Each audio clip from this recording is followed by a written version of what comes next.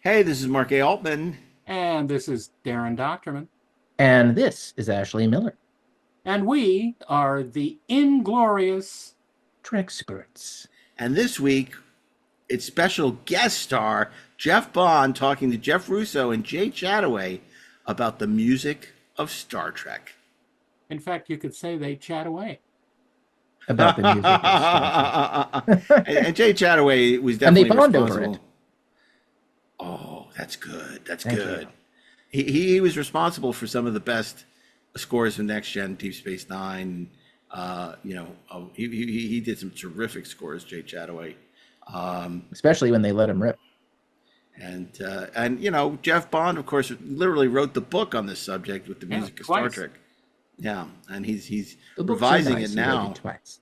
So we're Thrice. really happy to be able to feature him on the Trekspert stage in Las Vegas last year, where he talked to these great composers. And we won't be doing a music one again this year, but because they wouldn't leave the stage and they needed to be punished. But but maybe next year they'll be back. We'll see. Anyway, but it was delightful. Although Jeff Russo will be at the convention, and I think he is doing a night event for Creation on Saturday. So if you're a fan of his music of Star Trek, you want to check that out at the convention, of course. So I should say they're not going to be there. I believe that's Yeah, right. That is the 10th, Saturday the 10th. We'll be out for steak that night. Damn right. Yeah, we'll be enjoying a nice dinner. That's definitely one of our I think that we'll almost be done, and that night we will definitely go out for dinner.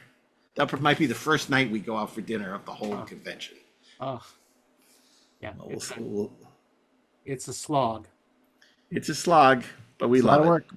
Yeah. Yeah, so anyway, well, if you want to check this wonderful interview out that Jeff did with Jeff Chattaway, Jeff Russo, and Jay Chattaway, stay tuned because we'll be bringing you that panel from Star Trek Las Vegas 2024 after these brief commercial messages, and then we'll be back with a few closing thoughts. And today we're diving into the music of Star Trek with our hosts, Steve Melching, Ashley Miller, and Darren Doctorman.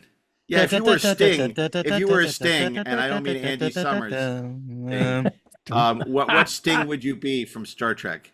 I think they just told you. Yeah, what about you, Ashley? I'm asking you. Dun, How dun, do you dun, vote? dun, dun, dun, dun, dun, dun, dun. See, and I would be da dun da dun da dun dun. All right. I think, Mark, you would be. Charlie is a darling. No, how about this from the Enterprise? Darling, I would be dun dun dun dun. Yeah, that's I what like that Steve one. did. You stole yeah. Steve's.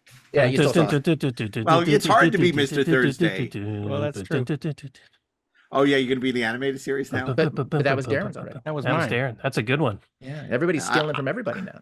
Well, maybe you would be a star beyond time. That's right. I was Chuckamuck time.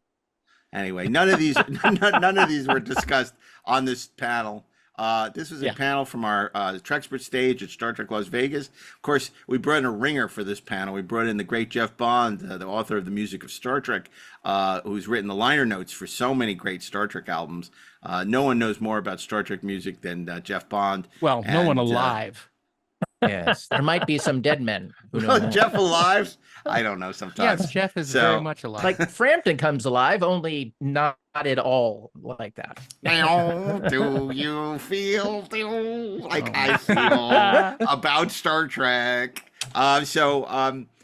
This is really interesting. He had Jeff Russo, who is a composer behind much of the music for the new shows like Discovery and Picard season 1 and 2, and of course NAMI MELUMAD, who Prodigy and Strange New Worlds, as well as the great Jay Chattaway, who, as many of you know, can only talk about, did The Inner Light, but he did a lot of better music Yeah, for he that did. show. Absolutely. Much better. And it's funny, despite his name, he doesn't talk that much.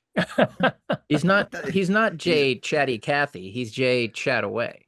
Yeah, they tried to get him for Hellraiser as the Chatterer, but no. Oh, I see. Yeah. But Jay Chattaway, a lot of people talk about how great the music was, from Ron Jones, which it was.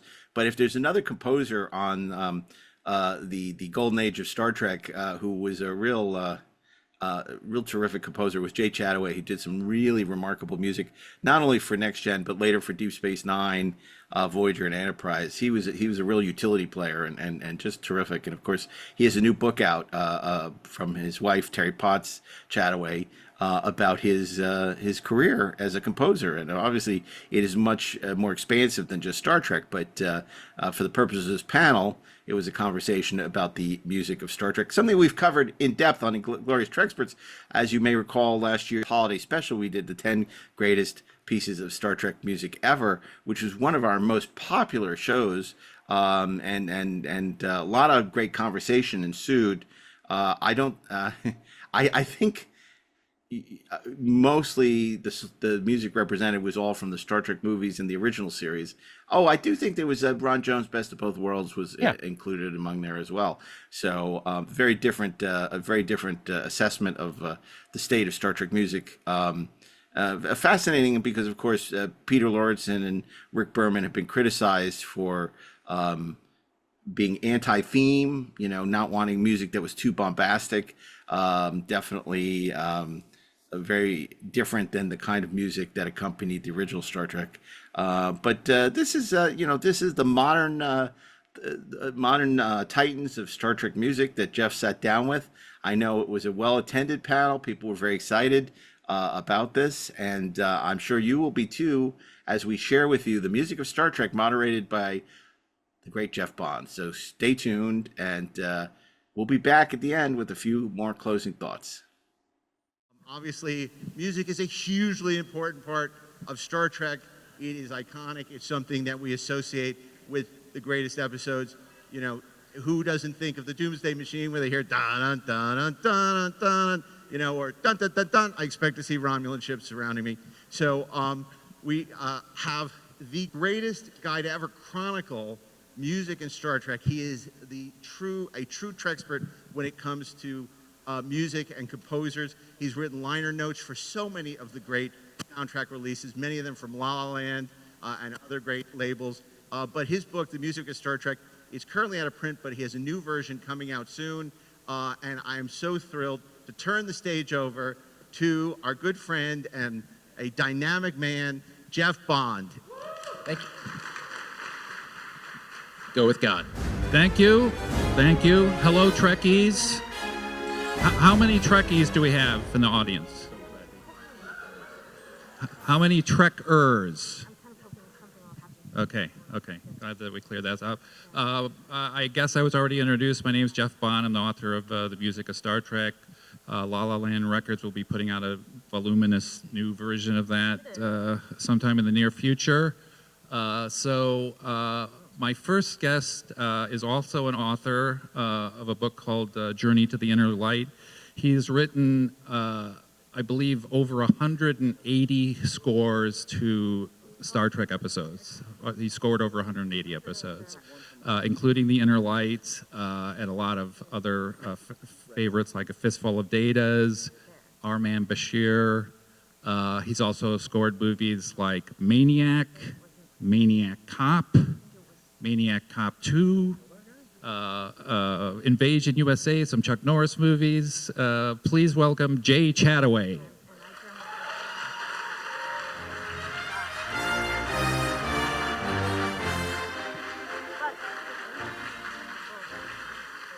Yes. And I'm going to just introduce everybody. My next guest is not a book author to my knowledge, although he should be a book author given the amount of television and movies that he scored. He scored Noah Hawley's Fargo, Noah Hawley's Legion, and he's going to be working on the Noah Hawley's new Alien show. And obviously, he's also scored Star Trek Discovery, Star Trek Picard, wrote the theme music for Strange New Worlds. Please welcome Mr. Jeff Russo.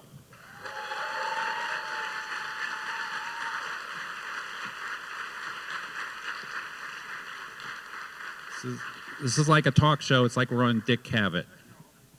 And then my final guest is the first woman to write music for Star Trek shows. She scored Star Trek Prodigy and Strange New Worlds. Please welcome NAMI MELUMAD.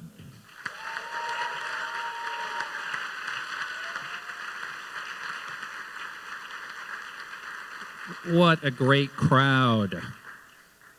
So you guys all had to kind of be dropped into Star Trek. Obviously this has existed for decades, even when you started it, Jay. But I want to get from you just sort of what your initial exposure, your experience with Star Trek was before you worked on it, what you expected your scoring process was going to be like, and maybe how it was different, because I know you have a great story about this, Jay. So your first episode you scored was Next Generation's Tin Man. So I was invited to be a guest composer, not an audition, for the Next Generation Season 3 Tin Man. And there were no instructions. David Grossman, who was the head of music at Paramount, said, don't listen to what everybody else has done. Write your impression of what you think an epic space show should be about. And so I didn't listen to anybody else, and I wrote my own epic space adventure music, which I found out, to my surprise, is not exactly what they wanted to hear. And so I studied John Williams and Gustav Holst, and I was totally into thematic music and leitmotif, and I had themes for Romulans and Klingons and everything. And so I did my first 6-minute action piece. They gave me a big orchestra. The first orchestra had 65 pieces, and it was great. And I thought, well, this is terrific. I walk in the booth expecting everyone to say, yeah, that's great. Everybody's got their heads down like this. You're like, oh, shit, what did I do? And they said, well, that's fine. Now do something different. So, there's like 60 pages of score, and they wanted something different. I said, well, what do you mean different? Well, we don't like all those melodies and stuff like that. Just get rid of all that. And so on the spot, I had to go out and change. The music. Yeah, it was pretty frightening. And I wasn't auditioning, and I didn't really care because nobody ever messed with my music before. I'd done like 100 and some movies, and nobody screwed with me. They said, go do your music. Now they're screwing with me big time, and there's all the producers and big orchestra, and I was on the spot. So I did some changes, and it was fine. And then, as you probably know too, like, you don't get the visual effects finished. The visual effects people are doing the music. Doing the visual effects while we were composing.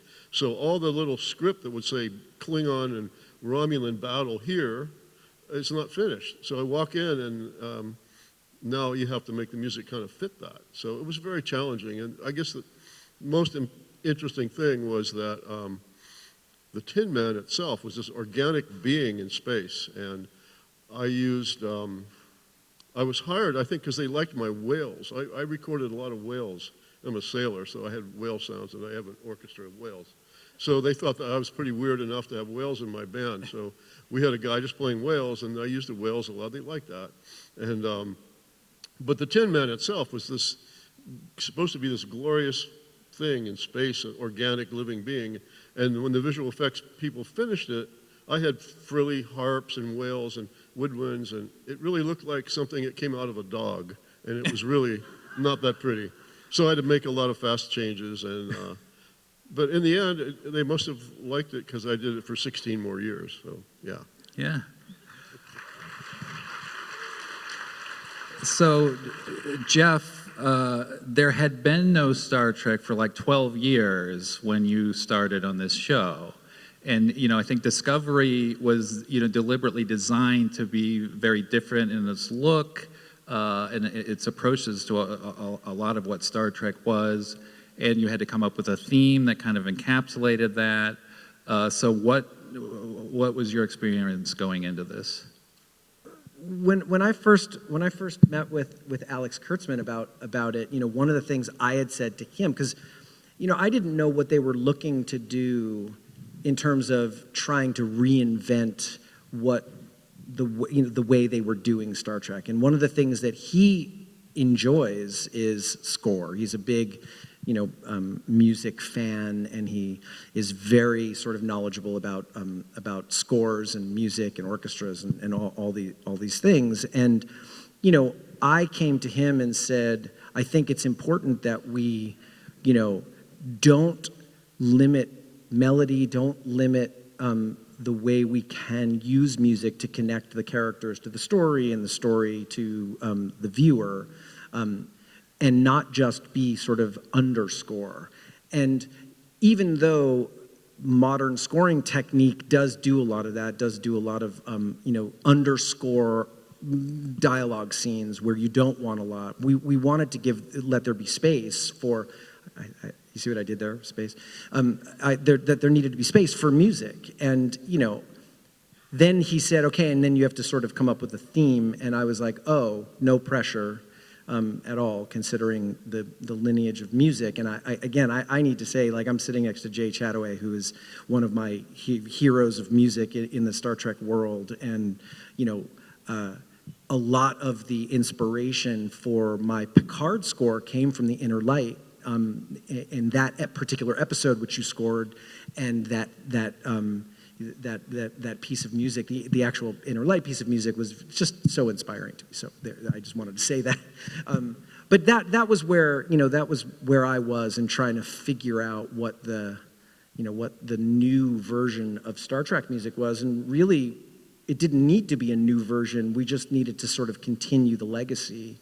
And I tend to mine deeply into themes and motifs, and because what better way to connect an audience to the narrative than to just go right for what feelings that they already know. So Nami, how about you? Now I know that you did a short track, although that involves like a lot of singing, right? A lot of what? Singing. Sing a little bit, yeah. Yeah. So I don't know if you want to talk about that necessarily. Sure. Yeah, that was your introduction. That was to my it. first Trek experience. So I was brought on to do the short track. It was for Discovery Season 2, so they did those short tracks. And one of them was Q&A, and that was about Spock's first day on the Enterprise. And it was my first day on the Enterprise, too, so and he was trying to contain his excitement, of course. Young Spock and young Nami was also trying to contain her excitement and be professional about it. But I was very, very excited. Yeah, we had some arrangements to do for the singing part there. But the rest of it was just like regular score. Yeah, that was pretty fun. And then they based that on I'm saying after that we did the entire show. So that was the first thing I did, and then I started working on Star Trek Prodigy, which has a bit of a different take, because we're taking a bunch of young aliens who they don't know what Star Trek, they don't know what a Federation is, and so the music couldn't be very Star Trek-like at the top of the show. It was actually pretty different, pretty dark. And when I was talking with Alex and Kevin and Dan, our showrunners, the main challenge was to be like, how do we add some hope into this very dark beginning, and install that like sort of excitement and where we're going, and the more the crews, the Protostar crew is heading toward the Federation, and when we meet hologram Janeway, and we start meeting more of the legacy characters, and we see the Protostar, that's where we kind of Trekify the score a little more. Before I started working on Prodigy, I actually revisited Voyager, and because of Janeway, and also I love, I'm a huge Trekkie, so I made a little list of all the tracks that I really love from Voyager, and all these like little scenes that are like so beautiful. So I just want to compliment Jay on his influence again, because I feel like I draw a lot of inspiration from every not just Star Trek composers, but a lot of Star Trek composers, that came before, and it's a true honor to be part of that legacy, and you know, to go boldly where try to go boldly where no composer has gone before yet. So that's always a challenge. So Jay, how did you write 180 episodes of Star? I think it's 183 maybe. Do that without basically repeating yourself and without relying on, you know, themes and motifs that you can go back and build, you know, build scores out of. Well, I didn't have gray hair until episode 97, and I didn't sleep for 16 years. You know, it was, the challenge was trying to be fresh and accepting. And also my writing, co-writer on both series was Dennis McCarthy, who was the fastest gun in the West. And he had the greatest advice to me, and maybe you've heard the same thing. Don't look back. You start on page 1 and you keep going, but you don't go back and try to tweak it, because then you don't get finished. The hardest problem was trying to do as much music as you did. It doesn't sound like much, like 3.5 to 4 minutes a day, finished orchestral music, including all the orchestration. It's a lot of pages of music. And when I started, we did it all by hand. It was all pencil, pen, and paper. And I did have some computer programs which helped, but it was very challenging, especially I would come back from a session recording, which is the biggest high in the world, as we'd all agree, right? You're up there conducting and you hear the music you just finished and it's in your head, and it's like, you come home and start another show the same day, and there's no time for a break. And when we started Next Generation, when I was doing it regularly, we had about 10 days to score. Then they added another series, Deep Space Nine. Very orchestral, complicated series, character-driven, but they didn't add any other composers for a while. So now Dennis and I were doing 2 shows, 10 to 12 days apart, recording with 35 to 50-piece orchestra. Very, very challenging, and not conducive to good family life or raising children or whatever. I would always get the show that scored right after the holidays, and my kids are outside my studio saying, "When's Daddy going to come out and play?" Well, Daddy's got to go score on the January 2nd, so you guys go to the zoo or something. That was it. I think we have a clip, right, from Jay. We have a clip of you conducting or working on your music, right? Yeah, you want to... Yeah, let's see if we can play that now. 1 and 5.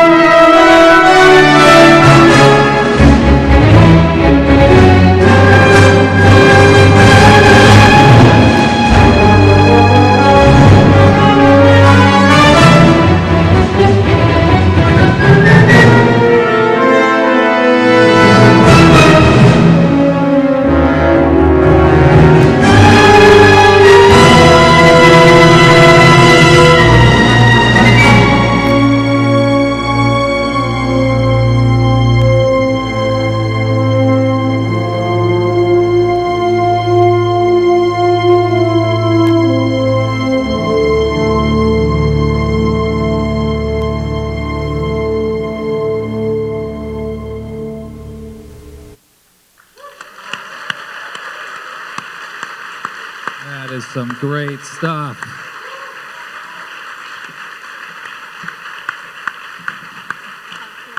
It's amazing you did all that, and I know that the producers did not want you to use snare drums, which is something you would normally use for like military. They called it Mr. Military, and they didn't like to hear that. And I know that you have a background like writing. You were in the military, and you wrote for military bands. Yeah, I got around that by hiring the director of music at Paramount to play snare drum. David Grossman was subbing on second percussion, so they're not going to tell him to turn it down. So we left it up. The thing is that you were able to do it with just the sound of you have such a distinctive way of writing for brass.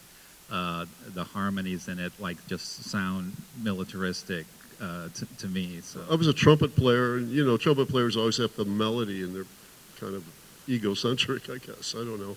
So yeah, I guess that's what you said in your book. So I guess yes, yeah. Of course, I'm the authority.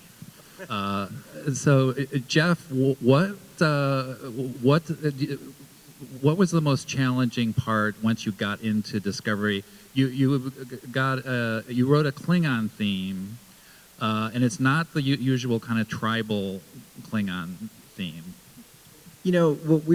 Klingons sort of had a different. They were looking at it differently in season 1 of Discovery, and sort of reimagining what they looked like, reimagining what they felt like, and there was sort of an emotional depth to the Klingon characters that I wanted to flesh out, and that's where I sort of wanted to take the music as opposed to be just about dark, angry beings. I wanted to show a little bit more depth, and the producers were totally into that. And as that theme sort of developed over the first season, which is where we went into seeing the whole relationship between Klingons and humans, it developed over that whole time. I didn't know that was no longer going to be a thing in season 2, and as we went into season 3 and sort of ended up in a whole new place, which then I would have to reimagine everything again. Yeah, anyway. I mean, it's kind of a tragic theme, and it becomes tied to, there's a character who's a disguised human. Yes. And it works really great for that character. It's because there's almost like a tragic element to that. And that was sort of the underlying theme of that, wanting to really delve into that depth and the longing for who he was, even though he didn't know even of himself early on, and he learns later where he came from and what it was, and trying to really access that depth was what that was all about. But again, one of the you had mentioned don't look back. I always say your first idea is your only idea, because we don't have time to. I don't really like that. I'm going to do that again. No. We don't have time to do that. Yeah, Discovery had a kind of special challenge too, because the show really reinvents itself. Sure. Almost every season. The second season you have a different captain. It's all about Pike and Spock, and you wind up going 900 years into the future. So what was it like, just kind of like tracking the arc of how that score was going to be musically?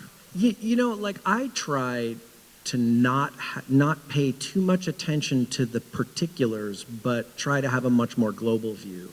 And to me, Star Trek is a lot about human and beings interacting with each other on an empathetic level. And how can I connect these characters to the narrative?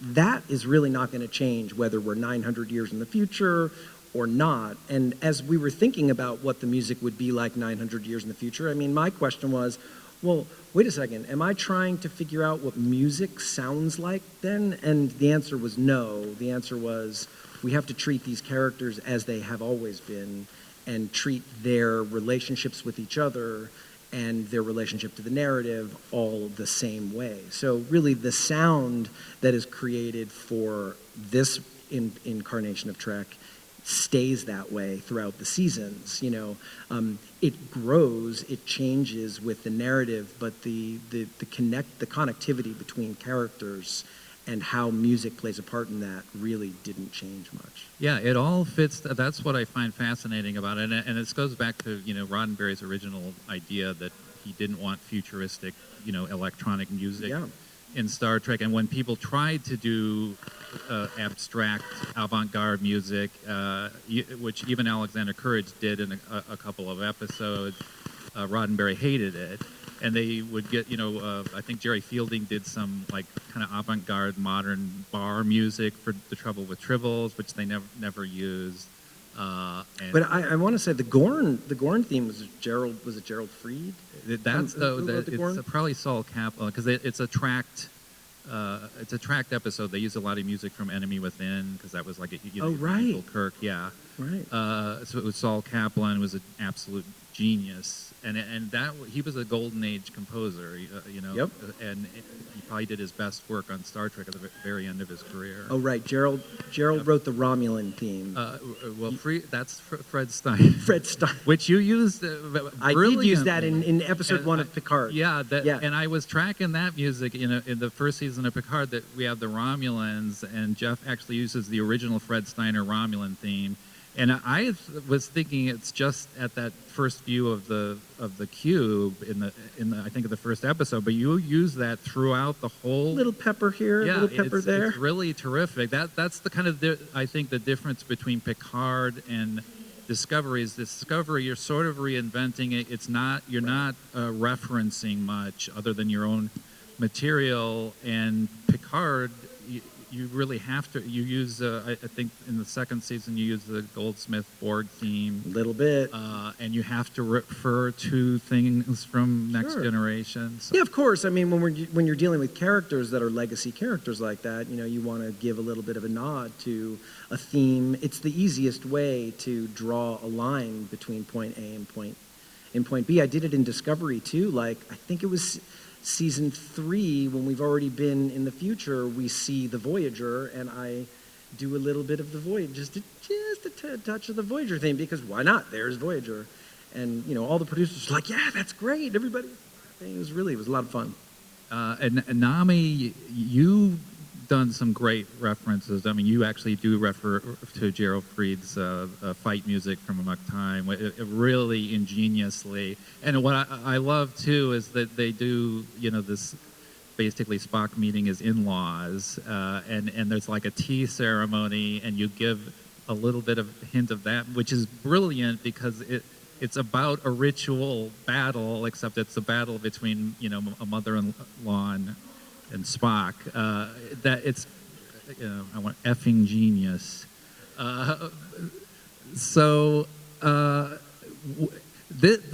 This show too, even more than Discovery, that's a show that takes wild swings from episode to episode. You have an episode that's a comedy like this Spock one. You'll have literally the darkest Star Trek story I think that has ever been told, where we find out like Dr. M'Benga is basically a war criminal, and then you have a musical. So what is it like kind of getting into that mix? Oh, Sorry. There's always one. First of all, it's really fun because as a composer, you get to explore different genres, and you get to do variations of your themes and your ideas. The characters in very, very different settings. I can also say that we have a lot of that in season 3, where we go from different styles to different styles, as you'll see. So yeah, I really enjoyed it. I feel like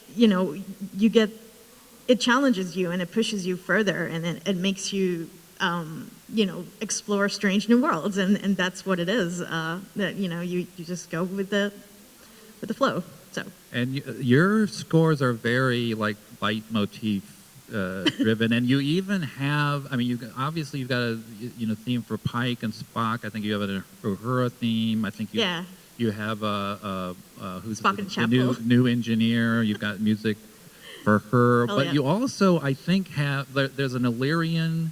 Yeah, the Illyrian, the Una. and I think isn't there like a generic danger theme that you use? There's a few of them, probably.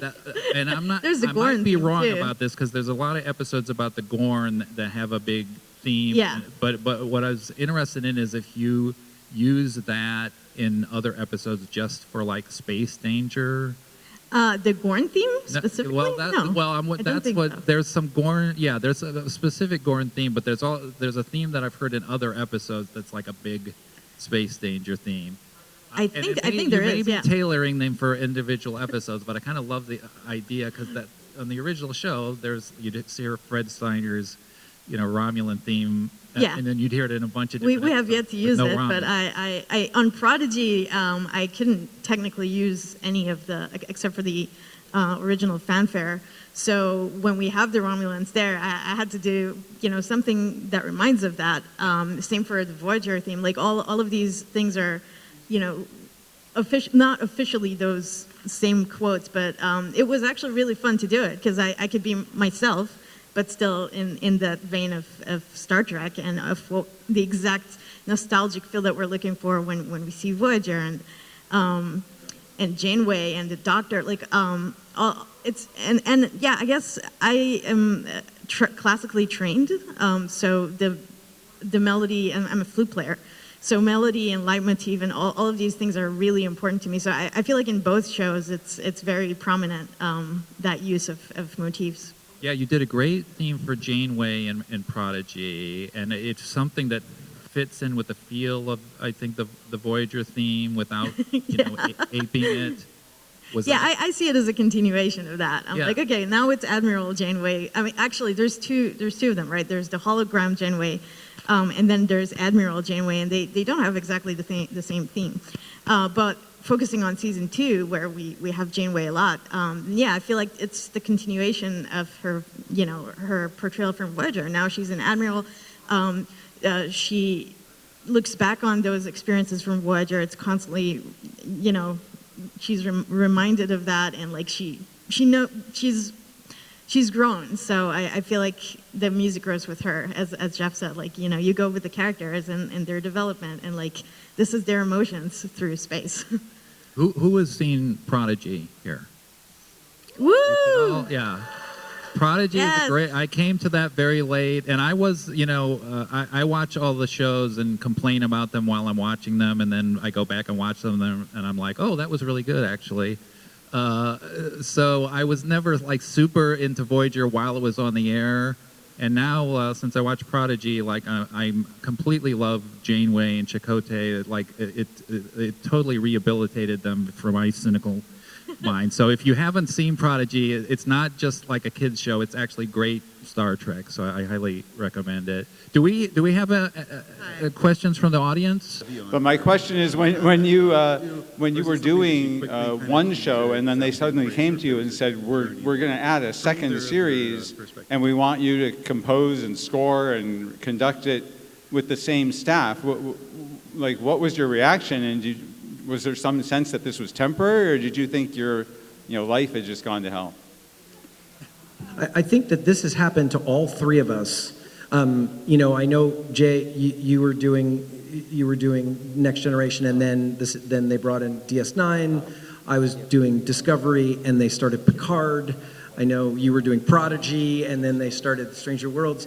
So all of us have had some degree of experience of no sleep, no family, no nothing. But for me, it was a thrill. I'm sure I speak at least for NAMI, maybe not so much for Jay. I think we're about out of time, but we want to play Jay's Inner Light. So, are you Want me to set this up? Yeah. Yes. Okay.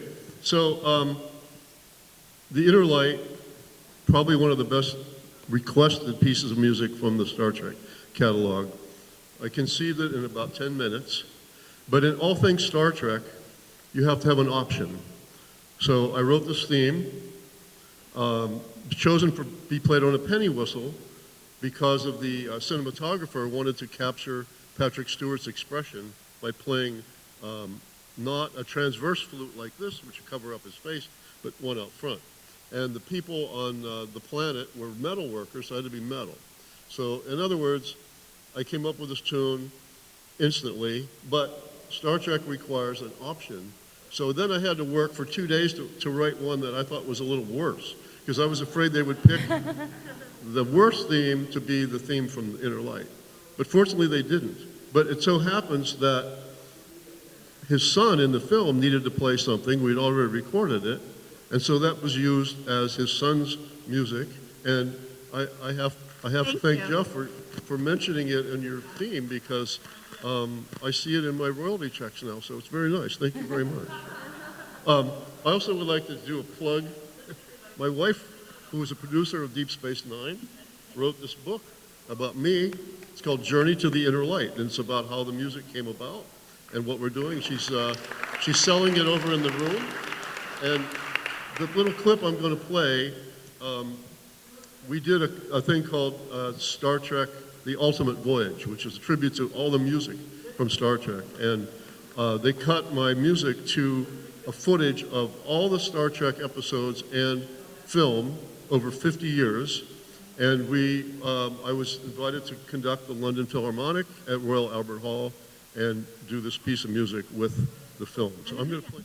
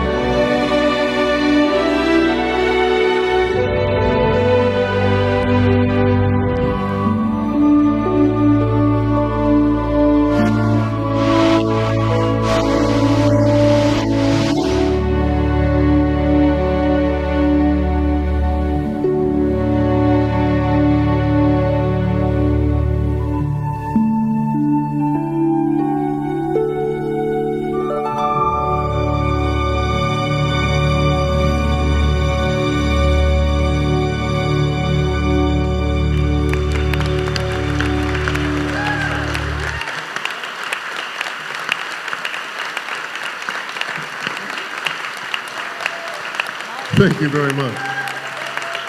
We're going to play that on the concert Saturday night, along with a lot of Jeff's music, and please come.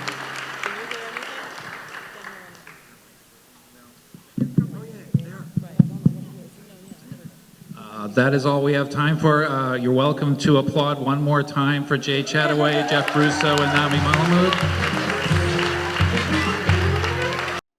Yeah, so it was really interesting because obviously the approach to music has changed dramatically over the years.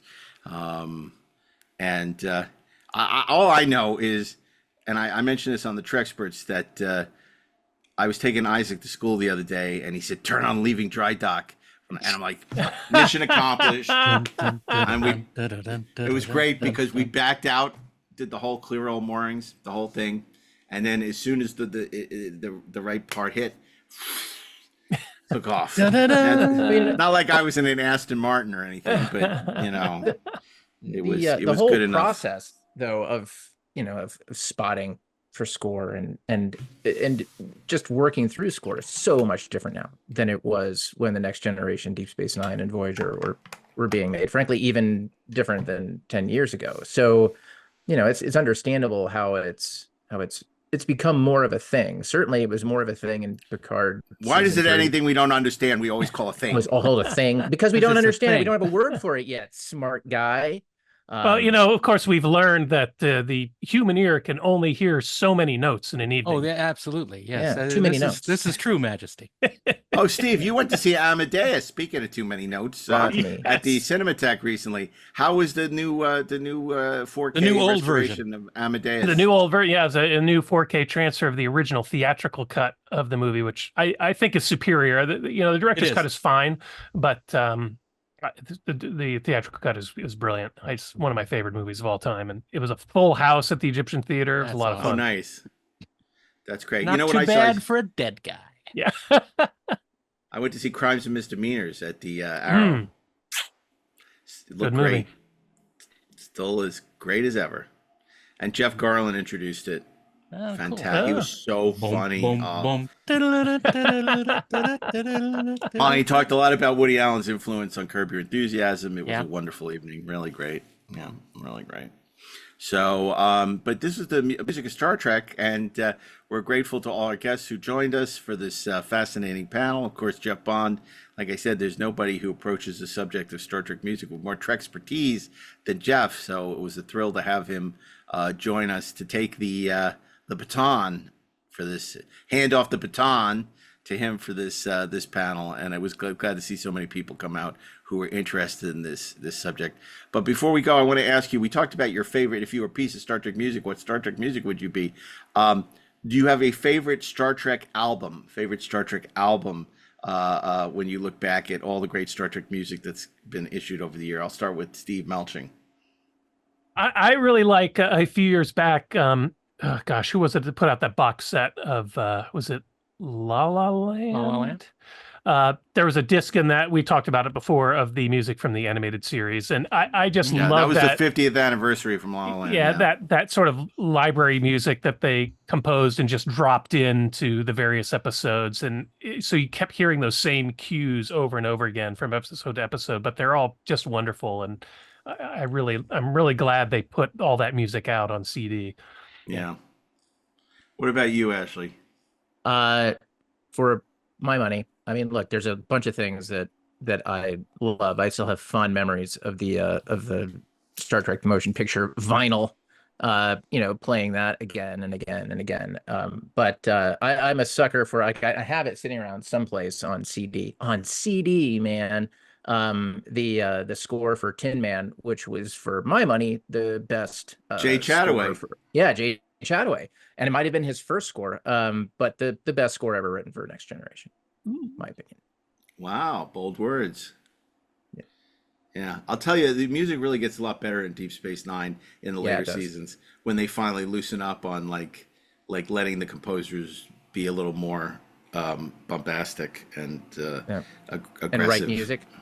And actually write music. Yeah. Because Enterprise, to its credit too, also had some really good music. So did Code of Honor. Yeah, Fred Steiner, of course. Yeah. Yeah, so one good thing you can really Lieutenant, yeah. say, No and pizza. no pizza. That's what I was gonna say. Yeah, and then Darren, what I think I know, but what's your favorite? No, Star you Trek don't know, album? because actually Ooh, my I don't favorite know. album is one from, I think, 1985, when Crescendo released a re-recording of some of the music from the episodes. And the one from Mud's Women has a great arrangement of sort of that dance music that was playing in the miners' cabins. Dancing queens, young and sweet. It's so good.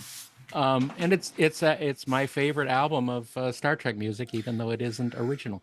Yeah, it was really interesting because, of course, that was a time where there was really no Star Trek music, and then GMP Crescendo released. They found the really messed up tracks of The Cage and Where No Man Has Gone Before, which was it was so exciting to have, but it was not a particularly good recording at the time. They didn't have the tools to really make it, a lot of clicks and pops.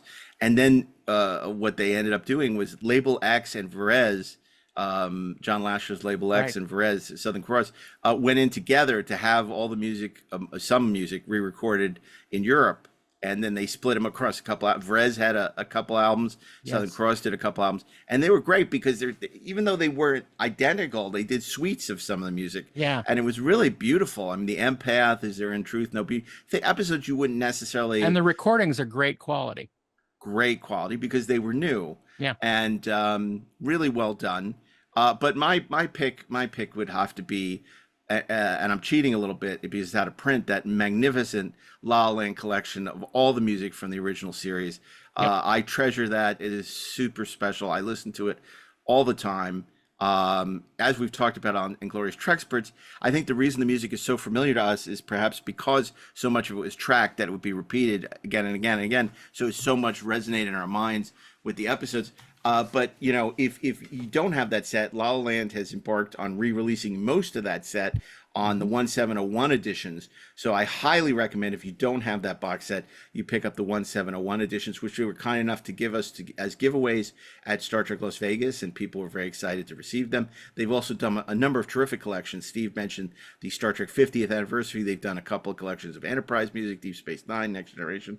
They did the Ron Jones collection, which I believe Lucas Kendall had originally put out under the Film Score Monthly banner. Some really great stuff. And of course, the 3-disc Star Trek The Motion Picture remaster is stunningly amazing as well. So a lot of great music. Sorry to our guests at this panel, but those are our favorite pieces of Star Trek music.